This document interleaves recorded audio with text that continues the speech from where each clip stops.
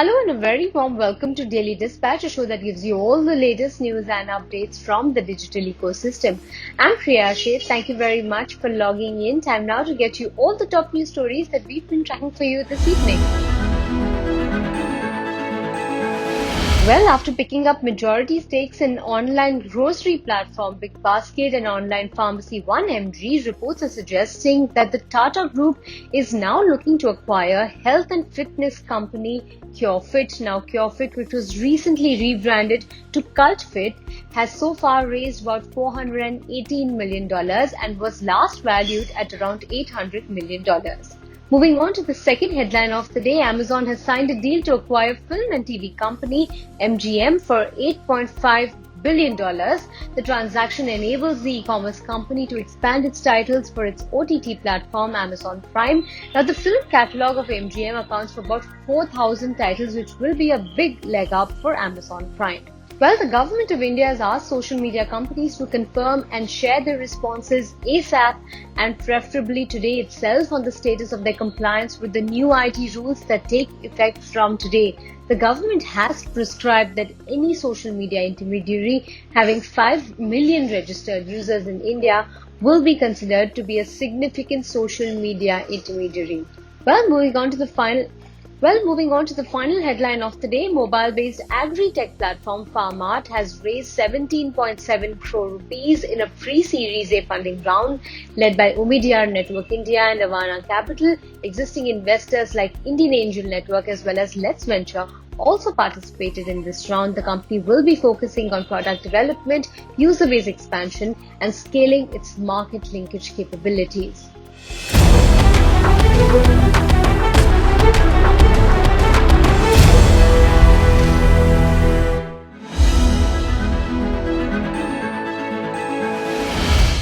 The second wave of the COVID-19 pandemic has overburdened India's healthcare and testing infrastructure. In a large number of towns and cities, people are facing severe testing-related challenges. In a lot of cases, labs are fully booked and test reports are significantly delayed. If you look at how India's testing numbers stack up, India has ramped up testing capacity exponentially since the pandemic began.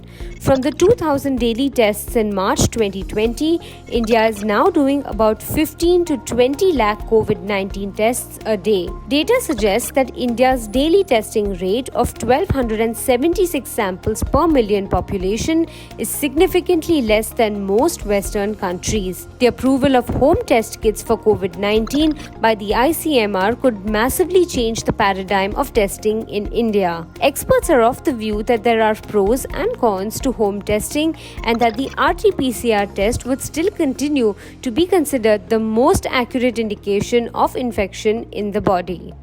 Well, moving on to our second segment, I have with me a very power-packed panel, all the biggies from the testing space, and we're going to be talking about the truth about testing and how to improve the accuracy and effectiveness of testing. Let me just introduce you to all the panelists that we have here. We have Anand K from SRL Diagnostics. We have Hasmukh Rawal from MyLab Discovery Solutions, Rajesh Patel from Trivitron Healthcare, and Dr. Vinay Kumar from Patsho. Thank you very much, gentlemen, for joining us today. We're going to be talking about how India has been dealing with the whole testing scenario, considering that we've been through a year of COVID-19. It's been more than a year since India has been facing this pandemic. Of course, testing has evolved, medication has evolved, treatment has evolved. But of course, accuracy is one thing that still remains under question. And I want to begin by asking you, Mr. Anand, about your experience over the last couple of months, considering that SRL has been massively into testing for COVID-19. What has been your overall experience? Thank you, Priya. So it has been, as we all say, it's a testing times for all of us, and more so for diagnostic labs like SRL. As you know, when the pandemic started in March last year, we had only 2 labs across the country doing this COVID-19 testing. So from there, we have come a long way. Today, we have more than 16 labs, and there are another 5-6 labs under commissioning for COVID testing across the country. So I think what has been demonstrated by this is that, one is the requirement of testing has increased more so in the second wave, and also the fact that, considering the turnaround time requirements, it's not possible to have a centralized testing facilities. So it's important for us to have closer to home, last mile connected testing solutions. So we have set up more labs in different states. So that has also come out as options now. Right. Mr. Rawal, I think you've been in news considering that home test kits have been approved by the government, something to improve the kind of speed out there as far as overall testing is concerned in COVID-19. But talking about the accuracy of these tests, that's something that's under a big question or a gray area, considering that we don't know whether or not these tests will be 100% accurate. Yeah, definitely. So, as far as the gold standard test is concerned, RT-PCR stands as the gold standard for any of this technology. We have been first to launch the RT-PCR test as well. We have been first to launch point of care antigen, and we are the first to launch home-based antigen test as well. So we do understand the pros and cons of each of those. But if you see a wider solution, we are looking into making social impact. Solutions are towards a social impact for the country, and each of them have their own pros and cons. When you see RT-PCR, it needs a lot of manpower, experts, and also it's a localized test. You cannot just do it anywhere like a point of care test. So to go there, we have to make sure that the burden in pandemics on the RT-PCR becomes minimal. We have launched a mobile van as well, where we are going to now villages or tier 2, tier 3 cities and get it done. But parallelly, the load on RT-PCR tests can be minimized by these home-based testing, where if you are symptomatic and come positive, definitely you don't need any RT-PCR test. You have a handy report, you can get admitted, you can quarantine yourself, or you can get the treatment. And if you are negative and you are still symptomatic, you can go for the RT-PCR test. So we are the company which have these RT-PCR tests, mobile vans for the testing, the antigen point of care, and home-based testing solution as well. Each of them have their own advantage.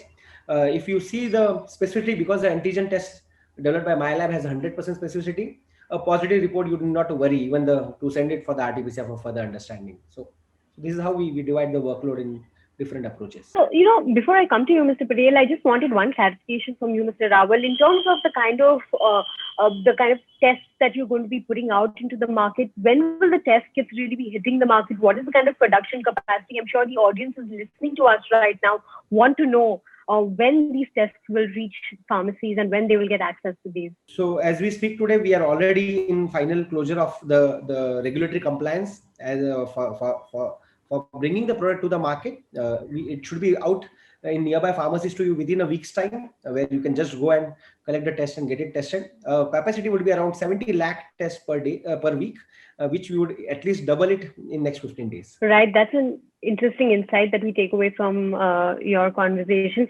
I wanted to come to you, Mr. Patel, to talk to you about the kind of manufacturing that you've been doing. You've been in the whole manufacturing space for the last year. You've seen the difficult times. You've seen the even more tougher times with the second wave. What has your overall experience been? How is the kind of demand-supply gap being addressed? Yeah. First of all, it's almost a year or little more than a year when the country has really faced this pandemic. And very rightly, we all have observed that how the quality as well as the convenience both have traveled together. Earlier, when COVID testing started, it was a purely lab-based testing. Slowly it moved to even kiosk-based testing also, because many of the labs, they started putting the location-wise kiosk or maybe airport-based kiosk, and the testing was getting done. Then companies like MyLab and all, they have started with mobile van, the mobile lab testing. So the testing becomes mobile. And now the very new thing which we all are hearing is the home-based testing. So a travel of COVID testing starting from a very selective lab-based to now home-based. So one thing is for sure that the country has a lot of talents. The indigenous IVD companies have a lot of hidden talents which has come out during this pandemic time or during this COVID time. And today we are no lesser than any diagnostic development company in the world. And today we are self-sufficient. The same thing we have seen in vaccination also. We are self-sufficient. We manufacture our own necessity in-house. So as for whether it is RT-PCR, whether it is rapid antigen test, whether it is RNA extraction, everything the companies are becoming self-sufficient. With respect to supply as well as demand gaps, yes, it was there because, and these gaps were there because none of us or none of the company was prepared proactively for like what kind of demand will be there. There was one time when RT-PCR was promoted by the government, including the central government. So most of the tenders, most of the demand was there for RT-PCR. Suddenly RT-PCR went down when the first pandemic was over. The moment second pandemic came, because the testing was to be done for masses, the RT-PCR was though it is a gold standard, but it was not becoming a first choice, and thereby the rapid antigen test took its pace. And today the rapid antigen test is really in full demand. So demand supply gaps are there because for every test we have several components where the manufacturing company, they have to depend on sourcing from the other company. So those components availability, the timely schedule of those vendors delivery to the principal manufacturing company, there were some gaps, and ultimately it resulted into the supply gaps. But then more or less we are at our timeline, we are delivering the best. Right, I'm going to come to you on specifics in terms of what is the kind of sourcing difficulties that you all are facing. But I want to come to you, Dr. Vinay. Innovation is something that we all have seen amid this pandemic, and you, of course, have at Pachot has been approved for the new antibody test that you all have, recently come up with. So tell us a little bit about the testing innovation that you all are working on, and what you see about the implementation of this test. Thank you. So I will just give you a brief background. We frequently say that necessity is the mother of innovation. So in this particular case, I will give my example, and everybody shared that during the first wave in the March 2020, when country went to the lockdown, and our office was also closed. So Pachot is a startup incubated in Indian Institute of Science, ISC Bangalore, and we will be doing this research more than a decade now there in Center for Nanoscience for point of care diagnostics. In 2008 around we started that, but our focus was not the infectious disease from the beginning too much. We were doing this innovation and research on non-communicable disease like diabetes, kidney failure, protein deficiency, and all. But when this lockdown happened, and we started thinking, several government agencies also contacted us, and like DST and DBT. So we already had a point of care mobile phone type of device, but that was for the other test, related to diabetes and other proteins. They said that whether the same platform, because there is the great need, and you can repurpose the device, but the challenge was like medical technology or medical innovation is not the consumer electronics, right? We came up with this technology, the first of its kind. This is the quantitative, or I would say the semi-quantitative antibody test, which will also give the concentration value of antibody in the sample, not only positive or negative. And also during the pandemic, we noticed the lot of issue in the data management, right? So we developed this technology where this is very small, tiny handheld device can manage 50,000 to 1 lakh, reports can be saved, and the runtime we can, transfer that to the patient or to the doctor in any format, can analyze the data. So we believe that this will be really helpful, and we receive the, the CDSCO manufacturer. Yeah, sure. The congratulations on that. I want to come to you, Mr. Anand. When you talk about 72 hours, that's the kind of time frame that you arrive at when you're looking at testing and results these days for COVID. I think at this time, difference can shrink a little bit, considering that there are more labs that you mentioned will come under the fold.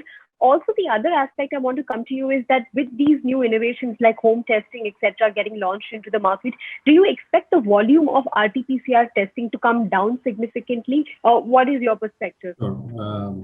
We are, even last time when you asked, I think I missed out on the accuracy part of it. So I'll add this also along with your current question.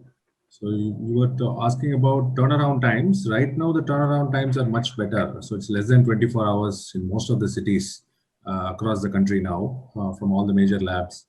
Even in places where there is a very high workload at this point of time, like Kerala or in Bangalore or in Chennai. So we are able to provide results within 24 hours. We had actually improved our capacity over a period of time during the surge in the second wave. And also with the addition of new labs, this is going to be much better. In terms of rapid antigen testing, yes, we know that its specificity is as good as RT-PCR, but its sensitivity is pretty low. And so it can be used for mass screening, but it's only useful in highly symptomatic patients. So as we all know, it's positive is positive, but negative has to be confirmed by RT-PCR. So RT-PCR will continue to remain as the gold standard. The home-based testing that's currently being talked about and which is going to be launched soon is a version of an antigen test only. So it's a rapid antigen test, which is more, packaged in a way that it can be used at home. So naturally, there are three issues which will come up in that. One is that its sensitivity is going to be low. So it has the same issues of rapid antigen testing. The second is that, since it's a home-based test, the sampling is done by self. So especially nasal samples, as you know, self-nasal samples may not give the sufficient load that is required to, considering that the sensitivity of the test is already low, to do a self-sampling and get enough material to do the test is going to be another challenge, because people generally have a issue taking their own samples, especially it is in the nose. So you have an inherent resistance to taking that sample. The third thing is that whether it will lead to underreporting. So in the sense that, it's a very simple test to interpret for the patient himself, since it's control and the test lines are there just like a pregnancy test. So the patient can find out is positive or negative, but whether he's going to report this through the app, he's going to conclude the whole testing process by doing it through the app. We are not very sure, because they can just use it to screen and then not even inform to the relevant, epidemiological authorities. So these are some of the challenges with these tests, but that is always there with any home-based testing. Those things have to be managed. I think one more important thing is that there is an saline gargle option which has been put forth. So we are also validating that to see how does it compare with our regular nasopharyngeal and oropharyngeal swabs. So if we are able to make that work, so it actually takes away a lot of time that is taken in terms of sample collection, and actually at least the sample collection part can be done by the patient. So by that way, we are able to, the challenge today is to get people to go and collect samples, get phlebotomists to do this sampling. So all this can be avoided and it could help.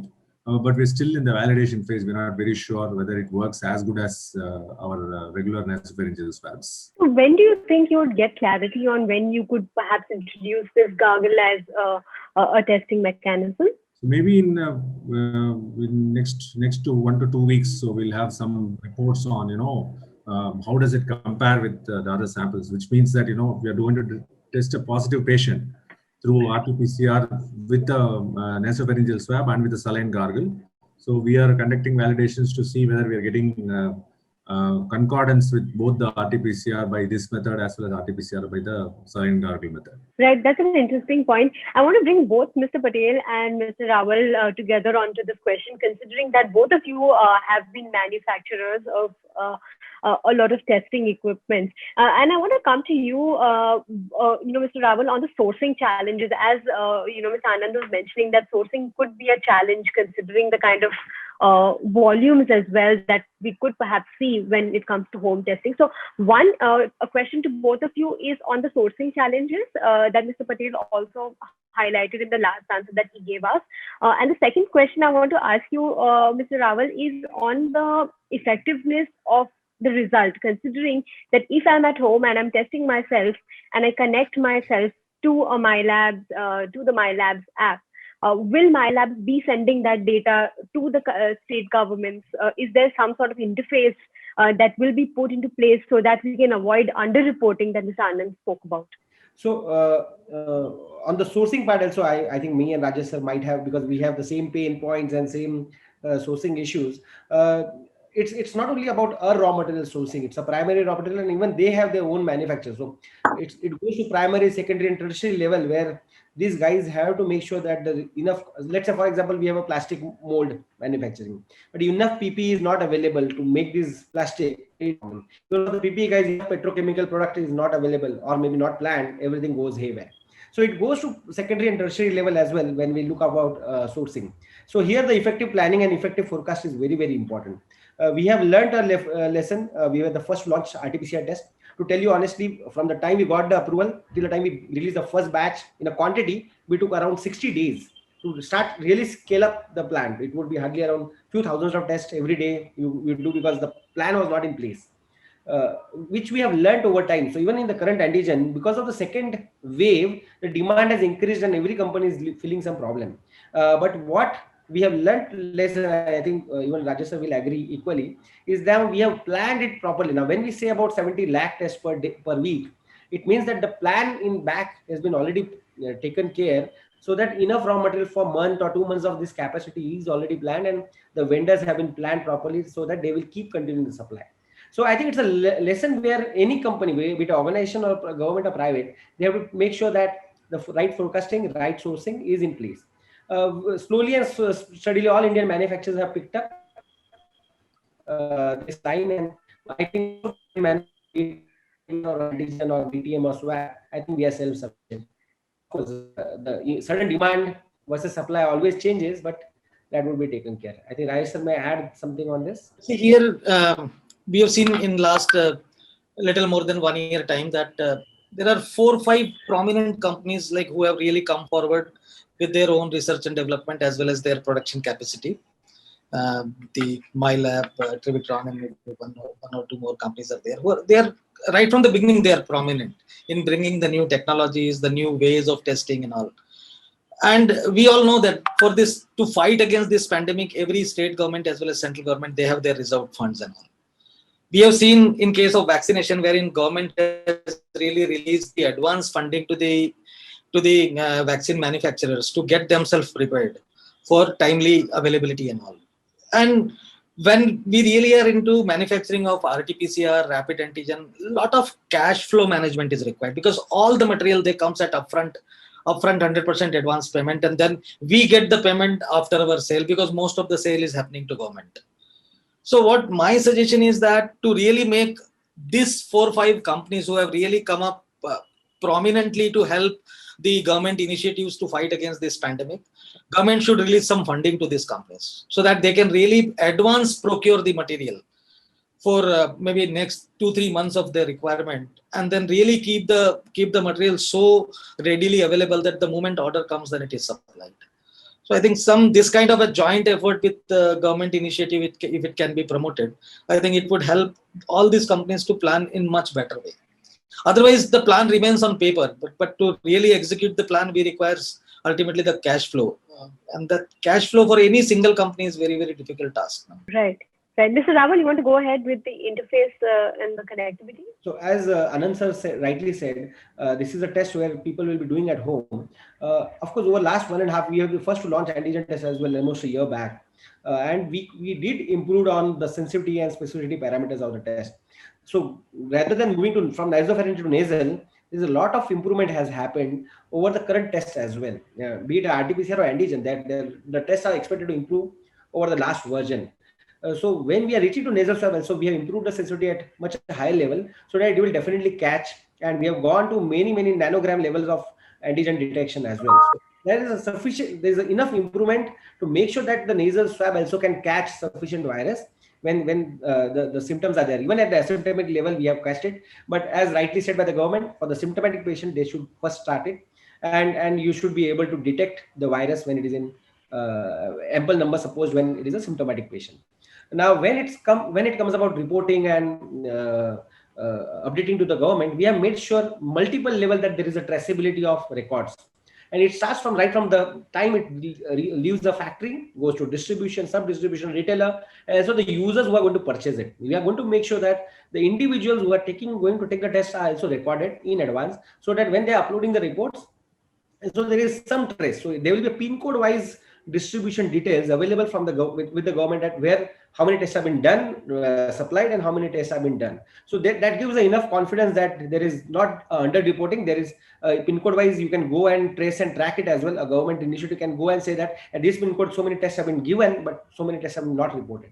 So number one is we are taking care at this level. When it goes from the consumer and back, even if the customer starts the test, we have advised them to report the cassette, and when they end it, they have to report it again. If anybody stops it in between, fearing that they should upload or not, even there is a traceability. We can go and contact them that yes, you have stopped it. Above 3, the same cassette each cassette have a unique ID card. So anybody cannot report the same cassette for 4 or 5 numbers. Once used, it goes on the record, it goes to the ICMR, and there is a traceability of it. It cannot be like a same test is over reported as well for the individual. Above this, there is we are going to do a multiple education programs where it is in benefit to the user to have a report handy. It is not like before time where if you are positive, you'll be quarantined, there'll be lock outside your home, the building will be quarantined. There is a self-quarantine policies right now from the government where you can quarantine yourself. You at least know that you can keep a distance from your closest family member. Above 3, a positive report is sufficient for you to hospitalize.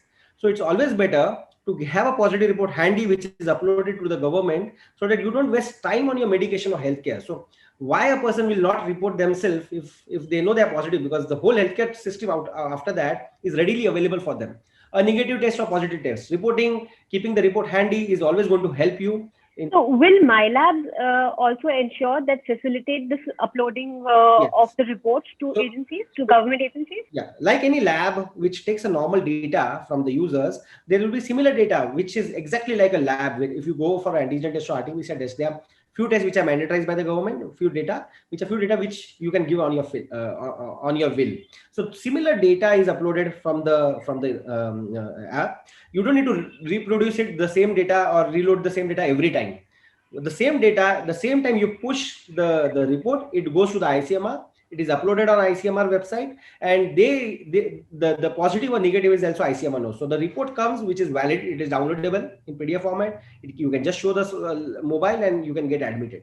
So it is very helpful for the user to report rather than not to report and just keep the data with themselves. Right. So as I understand, and for the benefit of our viewers, I just want to say that the results of this test will be validated and will be able to be reproduced at hospitals, and they would consider this to be a valid test out there. Yeah. Right. I want to come to you on closing comments, Dr. Vinay, in terms of the kind of associations that you have with other organizations, considering that you've introduced this rapid antibody test. Have you tied up with other diagnostic labs or government organizations to ensure implementation of this test process? Yes. So currently, the major beneficiary will be the government system and of course the private labs, and to the vaccination program also this can boost. Like we know that there is a shortage of vaccination and there are the plenty of non-symptomatic, asymptomatic patients.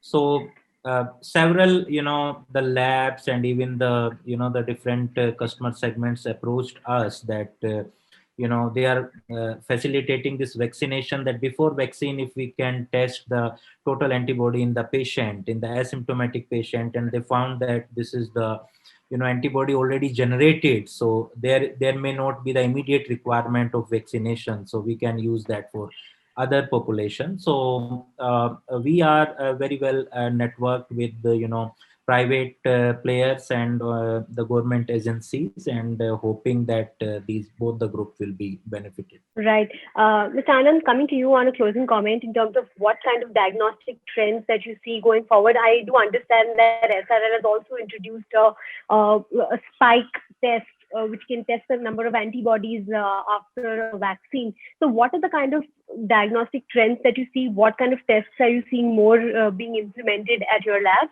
So I think we all started with RT-PCR tests, and for SRL we have done about now 3.5 million RT-PCR tests so far across the country. So going beyond RT-PCR, I think we also have this rapid RT-PCR tests when people want to get their results early. There is a CBNAT testing model available. Then there are these Abbott ID nows and those kind of tests, which are actually equivalent of RT-PCR, and but they are available at a much shorter time, within 1 hour or something, get the reports. So those kind of options are also available. Then we have a rapid antigen tests, which is for field testing and also for asymptomatic patients. We test it in hospitals as well. So then apart from that, the antibody tests, which have been there probably from June, July of last year. So this has evolved over a period of time. We talked about IgG antibodies, we talked about IgM antibodies, then we talked about rapid antibodies. Then some of the states even banned these tests. So there's a lot of bad blood around this. Neutralizing antibodies or anti-spike antibodies. So these are the most common tests which are being preferred by doctors at this point of time. Mainly, even though it's not a real indicator of post-vaccination efficacy, we are basically talking about an interest from the patient, whether he has developed some antibodies, whether in response to a previous infection or as an acquired immunity due to vaccination. So that over the last 2 months, we are seeing a spike in the spike antibody testing as well. So that is almost like, I can say, 3x of what we used to do somewhere in February. So especially in the places like Mumbai and Bangalore and all, where the vaccination drive has gone to some level, and then there is a lot of interest not only from healthcare workers like doctors and paramedical staff, but also from common folks as well. Right. Mr. Patel, if you could give us some indication on the total number of manufacturing of these test kits that you all have done so far at Tivatron. And, there is an estimation that there perhaps could be a third wave of the pandemic that could come towards the end of this year. So how are you ramping up your manufacturing capabilities to be prepared in advance of a possible third wave? Actually, last year when pandemic started, our dependability was there on our Chennai-based manufacturing facility. We extended the manufacturing at our Visakhapatnam base also. In AMTZ also we have a molecular diagnostic manufacturing facility. So far, RT-PCR and rapid antigen put together, we have already manufactured 136 million tests, and these are already supplied. We do carry almost 5 to 6 million test pendency also, because every day the orders are coming from various state governments. With respect to the manufacturing capacity, we are now prepared. Currently, we are running 2 shifts of ours at its optimum capacity. We still have the third shift available with us. So if the third pandemic will come, we will be utilizing the third shift also by deploying more scientific as well as the other casual workers, and will ensure that the need will be satisfied. So the company is prepared. We are one amongst the top 3 suppliers for COVID testing solutions, and we will remain at this top arena. Right. Final comment from you, Mr. Rawal, to ask you about what challenges you're facing that you need to be addressed by the government. Any suggestions that you have in mind that could help improve the kind of or simplify the kind of manufacturing process that you have? And in terms of the future outlook, what is the kind of ramp up that you're looking at as far as the testing kits, etc. are concerned? Yeah, so, of course, a greater in-depth forecast, let's say the government says, because we are always at a gut feeling how much we have to produce, how much we should be prepared, how much raw material should be arranged, how much manpower, how much automation, how much facility we should expand. So I think a proper forecast from the government to the manufacturers saying that at any time you should be producing, you should be prepared with this kind of stocks, will be very important, because for us to take a judgment is always a risk. It's a business risk. And secondly, I think the scalability is not a problem with MyLab. We are one of the most aggressive company you will see over the globe to reach the scales where most of the multinationals are not even able to touch. So we have a good ambition. I think social impact is something where we always aim at, and social impact will not be possible without a scale. So all our efforts are at the scale level only. All right, gentlemen, thank you very much for joining us today on this very insightful discussion. And I'm sure our audiences out there have many, many questions. Thank you very much for your time. Thank you. Thank you. Well, time now to wrap up this edition of the Daily Dispatch. I'll catch you tomorrow at 5 p.m. Goodbye and stay safe.